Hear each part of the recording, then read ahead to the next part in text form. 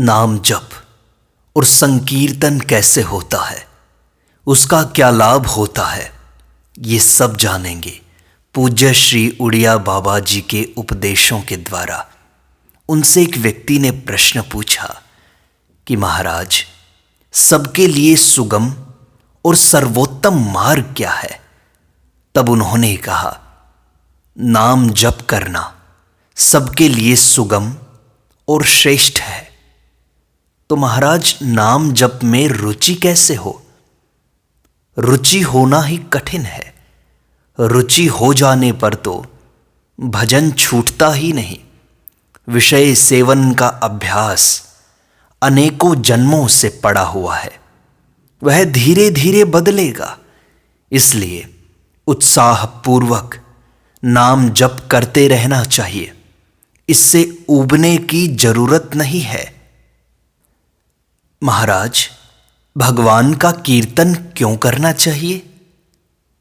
भगवान हमारे प्यारे हैं, इसलिए उनका कीर्तन करना चाहिए। प्यारे का नाम लेना हमारी न छूटने वाली आदत है। इसलिए प्यारे के नाम का जप, कीर्तन और उनका गुण अनुवाद किए बिना रहा ही नहीं जाता। यह भक्तों का मानो स्वभाव ही है।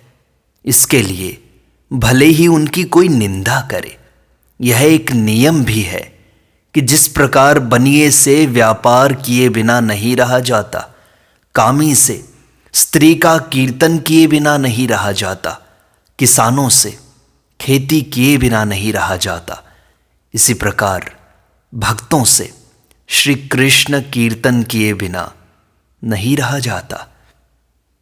महाराज जी, लोग लज्जा और संकोच छोड़कर कीर्तन करते हैं।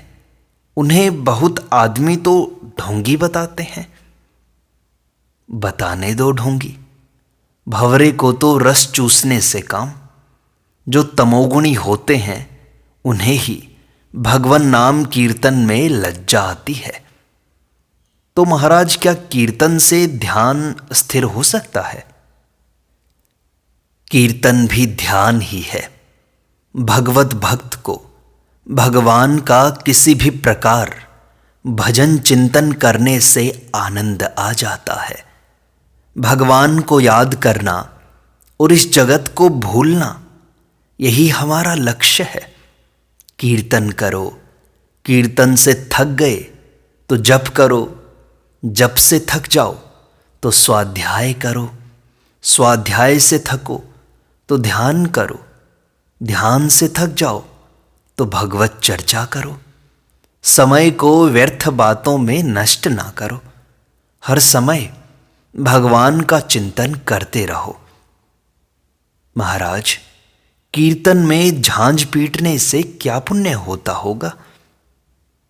यदि पुण्य नहीं होता तो पाप भी तो नहीं होता। जब तुम सुल्फा, बीड़ी, तंबाकू आदि का सेवन करने और ताश खेलने को बुरा नहीं मानते, तो इसी को क्यों बुरा मानते हो? कुछ न करने से तो यह अच्छा ही है। भाव कुभाव अनख आलस हूं, नाम जपे मंगल दिसि दस हूं। महाराज, भगवान के कीर्तन से क्या लाभ है?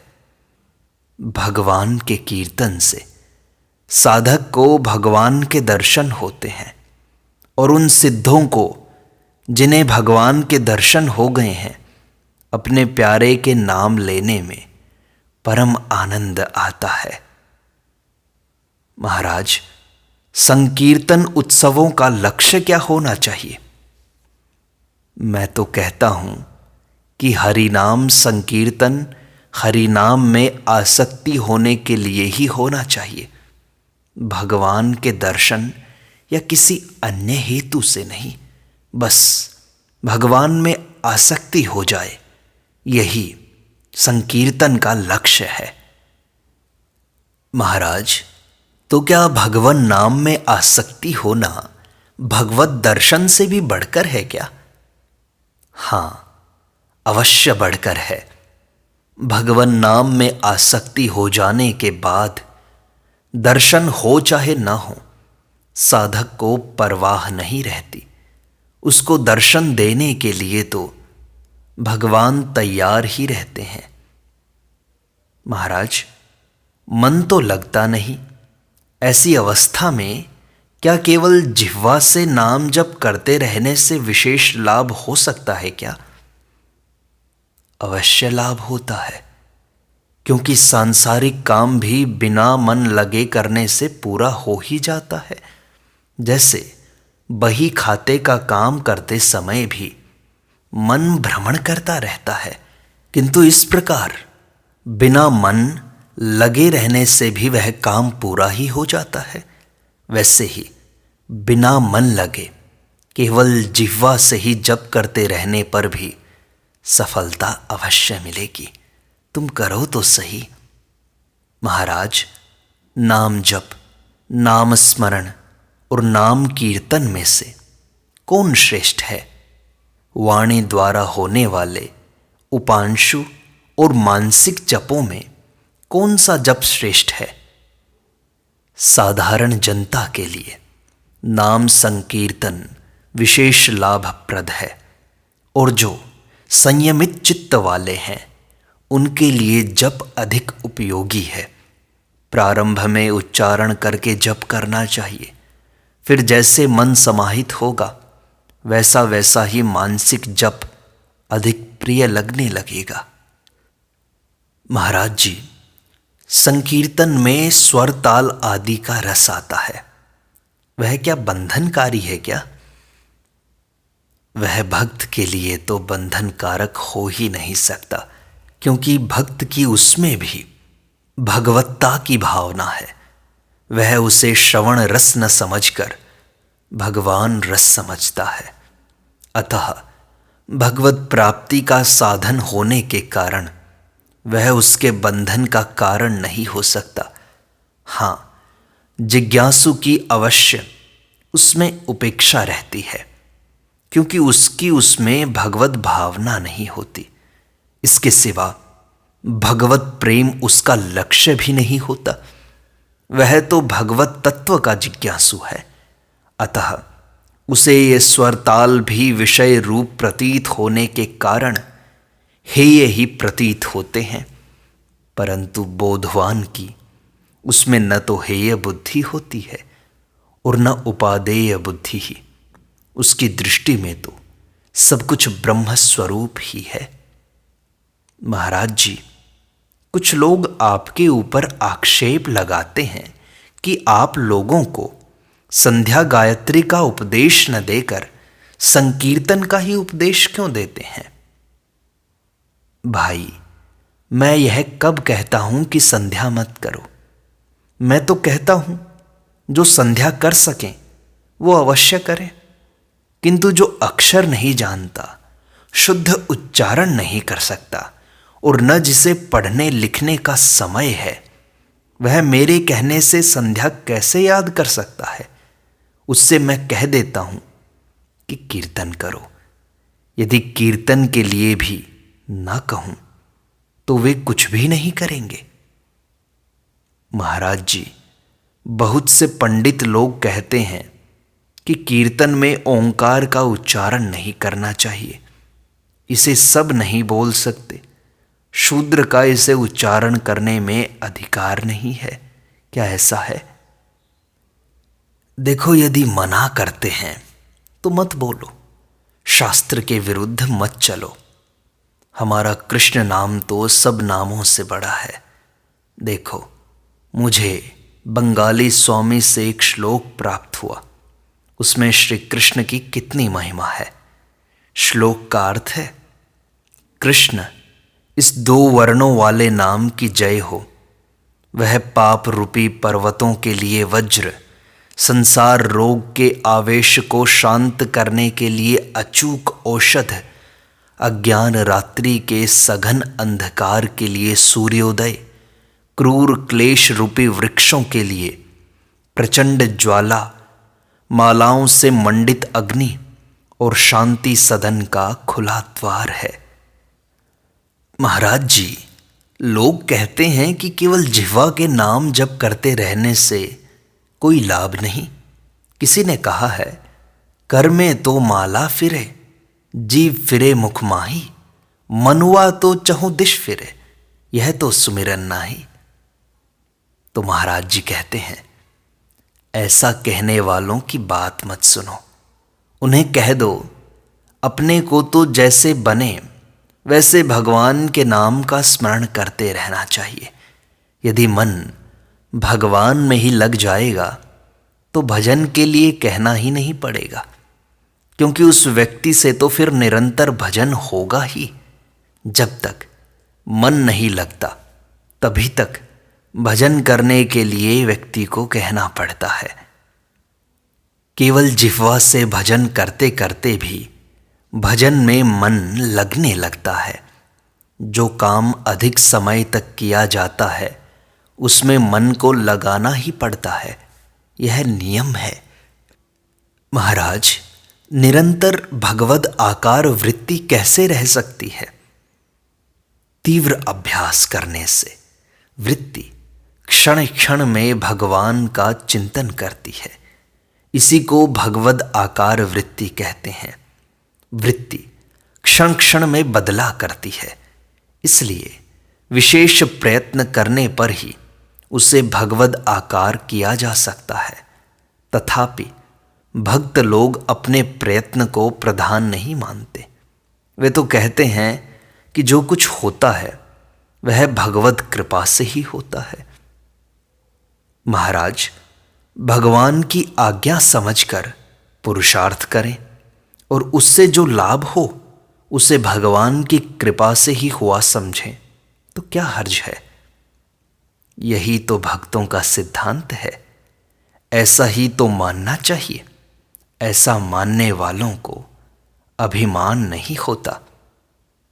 महाराज जी, बहुत से विद्वान लोग भगवन नाम नहीं जपते। भगवद कृपा बिना भगवन नाम नहीं लिया जाता और न उसमें प्रीति होती है।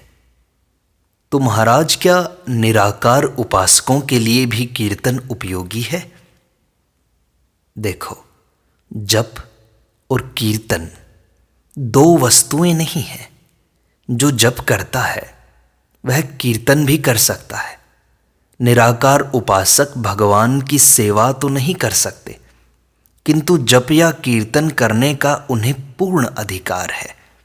जप एवं कीर्तन से वृत्ति भगवद आकार होती है।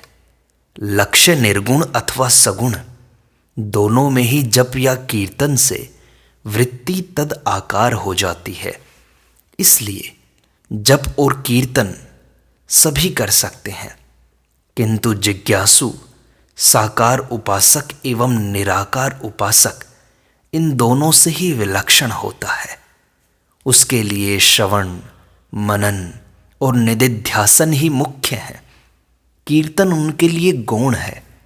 वह श्रवण, मनन और निदिध्यासन तो करता ही है, किंतु थोड़ी देर जप या कीर्तन भी करे तो उसके लिए इससे कोई हानि नहीं है। ये तो उसके लिए सहायक ही होंगे, किंतु उपासकों के लिए यही मुख्य साधन है। वर्तमान काल में तो कोई कोई ऐसे उद्दंड जिज्ञासु होते हैं जो प्रणव का जप भी नहीं करते। वे कीर्तन क्या करेंगे? ऐसों के लिए हमें कुछ नहीं कहना है। वे दुनिया की बातें तो कर सकते हैं, परंतु कीर्तन नहीं कर सकते, जप नहीं कर सकते और न ध्यान ही कर सकते हैं। महाराज, एक देवता का उपासक दूसरे देवता का नाम कीर्तन और पूजन आदि कर सकता है या नहीं? अच्छी तरह कर सकता है, परंतु कर सकता है अपने इष्ट देव में अनुराग होने के लिए, और तभी तक कर सकता है जब तक अपने इष्ट देव में पूर्ण अनुराग न हो।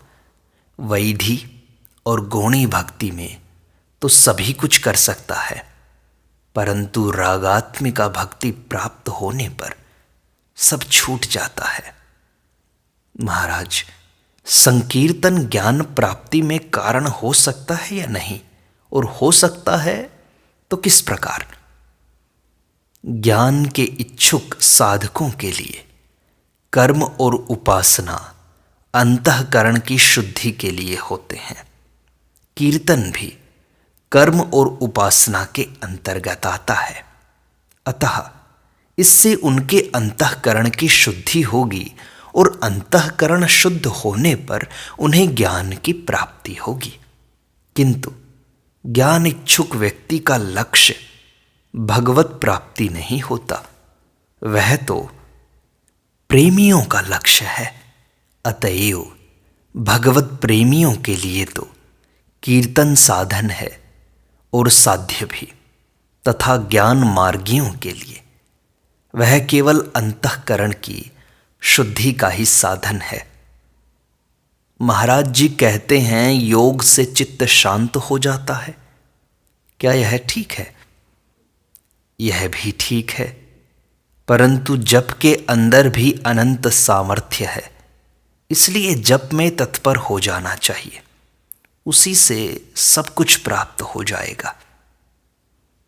महाराज जी संकीर्तन के समय जिस नाम की ध्वनि उच्चारण करें उसके साथ नामे का भी ध्यान करना आवश्यक है।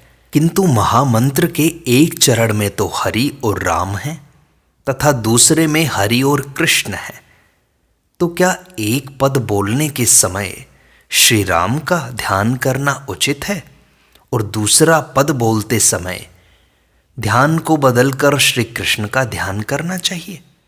ऐसी दुविधा होने से तो ध्यान ठीक नहीं हो पाता। ऐसी स्थिति में क्या करना चाहिए? भक्त को सदैव एकमात्र अपने इष्ट देव का ही ध्यान करना चाहिए। मंत्र में जो इष्ट देव का नाम है वह तो उसका ही है। उसके अतिरिक्त जो अन्य नाम हैं वे भी अपने इष्ट देव के ही समझने चाहिए। जैसे महामंत्र का जप या कीर्तन करते समय कृष्ण का ही ध्यान करना चाहिए। जब वह हरे राम राम राम हरे हरे इस पद का उच्चारण करे तो भी श्री कृष्ण का ही ध्यान रखे और यह समझे कि राम श्री कृष्ण का ही नाम है, क्योंकि राम उसी को कहते हैं जो सब जगह रमा हुआ है अथवा जिसमें योगी जन रमण करते हैं। श्री कृष्ण में यह नाम पूर्णतया सार्थक है, क्योंकि वे सब जगह रमे हुए हैं और योगी उनमें रमण करते हैं। इसी प्रकार राम भक्त को जब वह हरे कृष्ण कृष्ण कृष्ण हरे हरे इसका उच्चारण करे तो भी श्री राम का ध्यान रखना चाहिए, क्योंकि राम का नाम कृष्ण भी है। कृष्ण का अर्थ है खींचने वाला। जैसे श्री कृष्ण मन को खींचते हैं, उसी प्रकार राम जी भी उसे अपनी ओर खींचते हैं। उसी प्रकार यदि शिव के नाम का कीर्तन करें तो भी राम या कृष्ण के भक्तों को अपने इष्ट देव का ही ध्यान करना चाहिए, क्योंकि उनके इष्ट का नाम शिव भी है। शिव का अर्थ है मंगलकारी, सो राम और कृष्ण भी मंगलकारी ही हैं। अतः उनका नाम शिव भी हो सकता है। मैं तो यह कहता हूँ कि अच्छे बुरे जो कुछ भी नाम हैं वे सब भगवान के ही हैं। अतः भक्त को उनमें इष्ट बुद्धि ही करनी चाहिए। महाराज विद्वान लोग भगवान का नाम क्यों नहीं जपते? भगवत कृपा के बिना भगवान नाम नहीं लिया जाता और न उसमें प्रीति ही होती है। भगवत कृपा कब और किस पर होती है यह हम नहीं कह सकते। तो महाराज भगवान का जोर जोर से नाम लेने से क्या लाभ है? भक्त लोग अपने प्यारे का नाम जोर जोर से लेकर आनंदित होते हैं बस। महाराज नाम कीर्तन में सबकी निष्ठा क्यों नहीं होती? जिस प्रकार स्कूल में 200 लड़के पढ़ते हैं, परंतु परीक्षा में सभी उत्तीर्ण नहीं होते। हाँ, बार बार प्रयत्न करें तो और सब भी उत्तीर्ण हो सकते हैं। इसी प्रकार नाम जप में सबकी निष्ठा नहीं होती, किंतु बार बार कीर्तन करने से सभी की निष्ठा हो सकती है। आसक्ति का नाश होने पर ही तुम्हें भगवान नाम निष्ठ की उपलब्धि होगी। नाम कीर्तन करने से मनुष्य की तद आकार वृत्ति हो जाती है। जो राम नाम कीर्तन करते हैं वे राम को प्राप्त हो जाते हैं, तथा जो कृष्ण नाम कीर्तन करते हैं वे कृष्ण को प्राप्त हो जाते हैं। इसी प्रकार अपनी अपनी धारणा के अनुसार हिंदू, मुसलमान, ईसाई आदि सब ईश्वर को ही प्राप्त करते हैं।